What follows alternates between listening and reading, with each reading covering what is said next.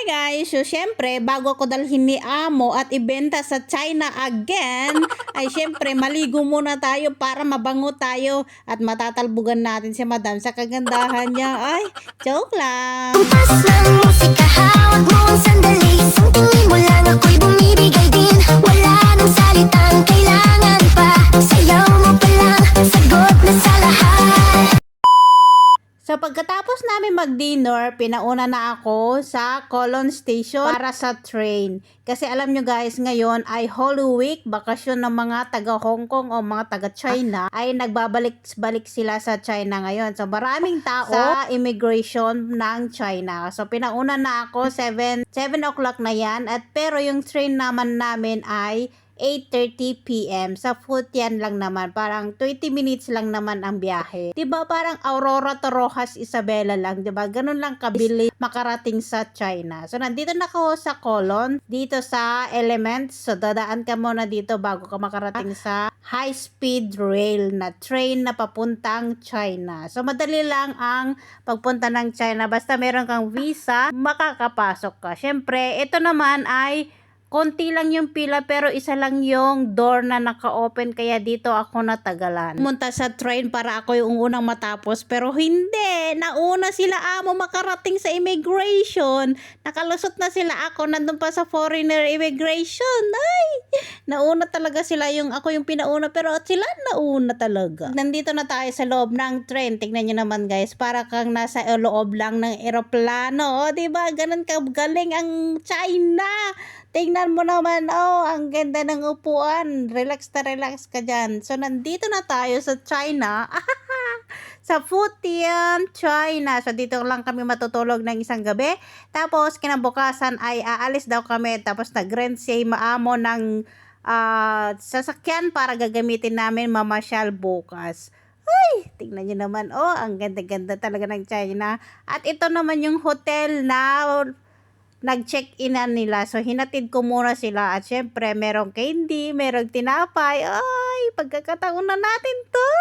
So, kumuha ako ng candy dyan. Yung candy ay coffee flavor at yung biscuit. O, diba? Ang galing-galing talaga ng mga alaga ko. Kumuha sila, tapos nilagay nila sa aking bag. So, hinatid naman ako ni Among lalaki sa aking hotel. Tara, tutur ko kayo sa hotel ko. Room check, 6:15. So, dito tayo.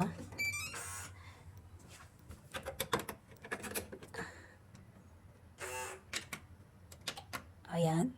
Ayan. Pasok tayo, guys. Ito sa aking kwarto. So, pagpasok mo dito, meron siyang cabinet. Lagayan ng damit. May sandal dyan. Chinelas. Dito naman, merong bathroom, merong toilet, ayan, may shower room, may ganyan. Ito yung maganda. Touch natin. Bag! Diba? Not bad. Ang ganda ng hotel. Tapos, dito naman banda, merong kape, tea, kung gusto mo ng tea, may thermos, may tubig, and ito yung kama. Yan. At merong TV. Wow, malaki. Tapos merong konting table dito. Oh, yan. Malaki siya, bes. Oh, yun yung pinto. Parang pang pang dalawang tao. Ay, magjowa siya na all. So, ito yung kwarto na room o hotel na nirenta ni sir. So, isang gabi lang kami dito kasi pupunta ulit kami sa ibang town ng China. Ngayon dito ay Futian. Isang gabi lang kami dito, tapos lilipat ulit. May pupuntahan ulit kami. So, ito ang aking room dito sa Futian, China! So, bali, 1 week kami dito sa loob ng China. Kasi, holiday.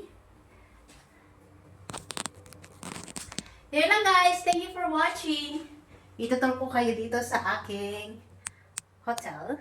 And tomorrow, gagala kami ng gagala. At syempre, mapapagod tayo na mapapagod. Sana may katabi ako. Ay! Hawak mo ang beat, hawak mo ang gabi, sa bawat galaw mo.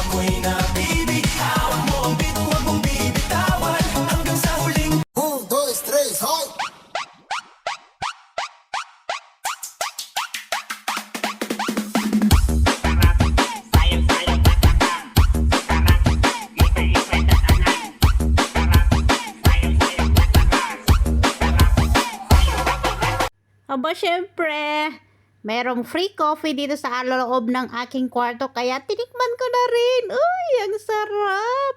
Tapos, meron akong dalawang biscuit, buttercream at saka tsokolate. O, diba? Sana all. Kuya-kuya-kuy ka lang dyan, pero bukas, mapapagod ka. Ay, salamat, Lord, sa araw na to. Ligtas kami nakarating ng China at tayo ay matutulog na para meron tayong lakas bukas na maglakad-lakad at kung saan-saan kami makarating. Maraming salamat sa panonood. Good night and God bless everyone. Bye-bye!